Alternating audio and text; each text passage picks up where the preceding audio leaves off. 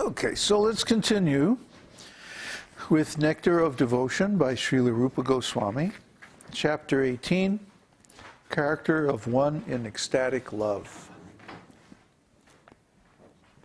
We're picking this up in the middle of the chapter,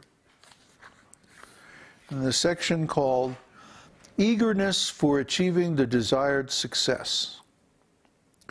When one is sufficiently eager to achieve success in devotional service, that eagerness is called samutkanta.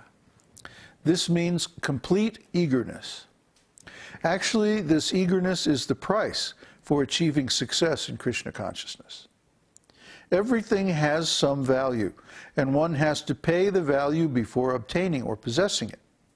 It is stated in the Vedic literature that to purchase the most valuable thing, Krishna consciousness, one has to develop intense eagerness for achieving success. This intense eagerness is very nicely expressed by Bilvamangala Thakur in his book Caitanya-caritāmṛta. He says, I am eagerly waiting to see that boy of Vrindavan, whose bodily beauty is captivating the whole universe, whose eyes are always bounded by black eyebrows and expanded like lotus petals, and who is always eagerly glancing over his devotees, and therefore moving slightly here and there. His eyes are always moist, his lips are colored like copper, and through those lips there comes a sound vibration which drives one madder than a mad elephant. I want so much to see him at Vrindavan. Oh, what a nice shloka. Bilvamangala. So this is the price, yeah. Sometimes it's called greed, lobha, greed. That one develops this overwhelming desire to attain success in Krishna consciousness, to see Krishna face to face, to engage in Krishna's direct service. Well, one should have this, or if you don't have it, you should cultivate it. And how do you cultivate it? By performing the process of bhakti yoga. Krishna says right in Bhagavad-gītā that you should just love me, think of me always, offer your obeisances to me, worship me with all your heart. But if you can't do that, then follow the principles of devotional service, regulated devotional service, Vaidhi Bhakti, because in that way you will cultivate the desire to attain me. He says that right in Bhagavad-gītā. So if you want to know how do I get that desire, follow the principles of bhakti yoga, Vaidhi Bhakti. Beginning with 4 regulative principles: no meat eating, no illicit sex, no intoxication, no gambling, and chant the holy name of the Lord regularly, every day. Like we're doing here. If you come online and hang out with us every day, and we'll chant every day together. And in this way, you'll get the association that leads to this desire that, oh, just look at those devotees. They're having such a great time. They're so happy. They're up on their little mountaintop there in Chile, chanting the holy name, eating prasadam, getting fat and happy. You know, I want to do that too. Yeah, you can do that too. The next section is attachment to chanting the holy names of the Lord. In the same Caitanya-caritāmṛta, there is another statement about the chanting of Radharani. It is said by one of the associates of Radharani, "O Lord Govinda, the girl who is the daughter of King Vrishabhanu is now shedding tears, and she is anxiously chanting your holy name, Krishna, Krishna."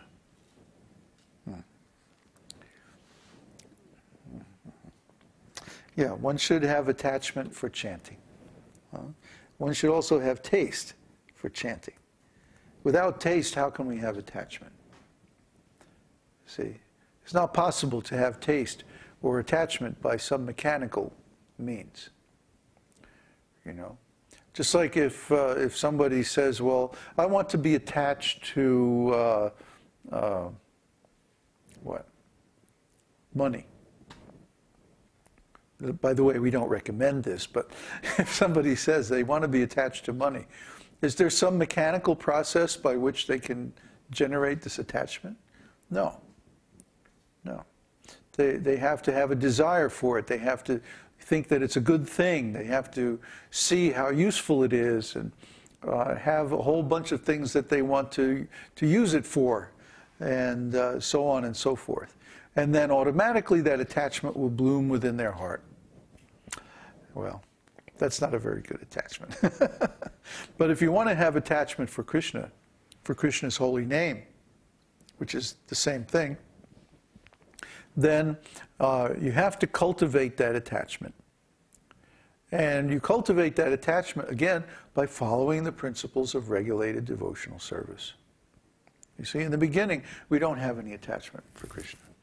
In the beginning, we don't have attachment or even attraction for the holy name.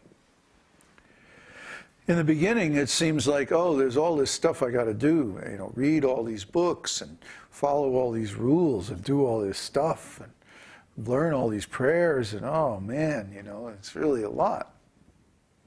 But once we develop attachment, it's like, oh yeah, this is our pleasure in life. This is our goal and the means to attain that goal, all wrapped up into one. So we really, really develop attachment for this holy name because it is the means of success. It is the method for attaining transcendental love of Krishna, which is what everybody really wants.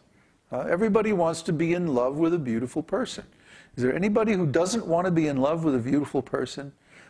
You know, that's pretty dumb. You know, maybe Scrooge, huh? But even he does, actually, beneath all the denial and you know, cantankerous negativity. He really wants to be in love with a beautiful person too. And the fact that he's not is what makes him so cranky. Isn't it? That's why people get cranky, because they have no pleasure in their life. Well, Krishna means the reservoir of all pleasure. The very name Krishna means the source of all pleasure. Everything desirable, everything enjoyable, everything wonderful comes from Krishna. Krishna is God. Where else does he come from? So try to understand. If we have contact with Krishna, if we have connection with Krishna, then we have everything enjoyable. We have everything. Krishna is so wonderful. He's so beautiful. He's so cute. He has such an attitude, you know. I mean, trying to explain Krishna's attitude, oh boy.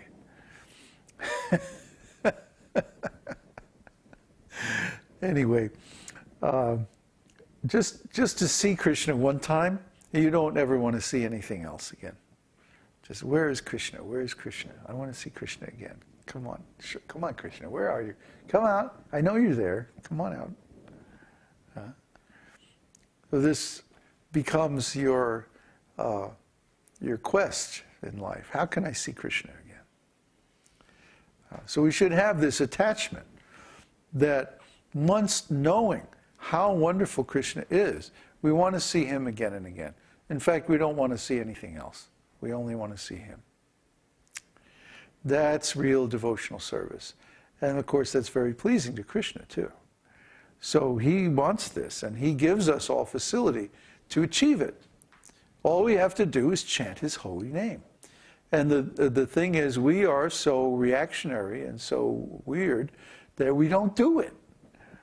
We want to do all these other things, like become a great religious leader and have a big organization with lots of money. But that won't make us happy either. Guess what?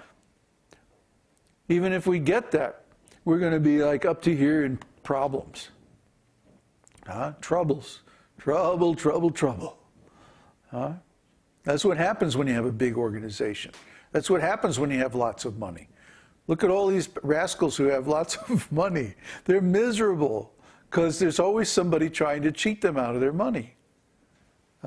They can't trust anybody. Just imagine how paranoid they must be. Well, we don't have to worry because we don't have enough money. Nobody's going to try to rip us off. We don't have to worry about it. We're just simple devotees. So try to understand, everything about this process is nice. It's very nice.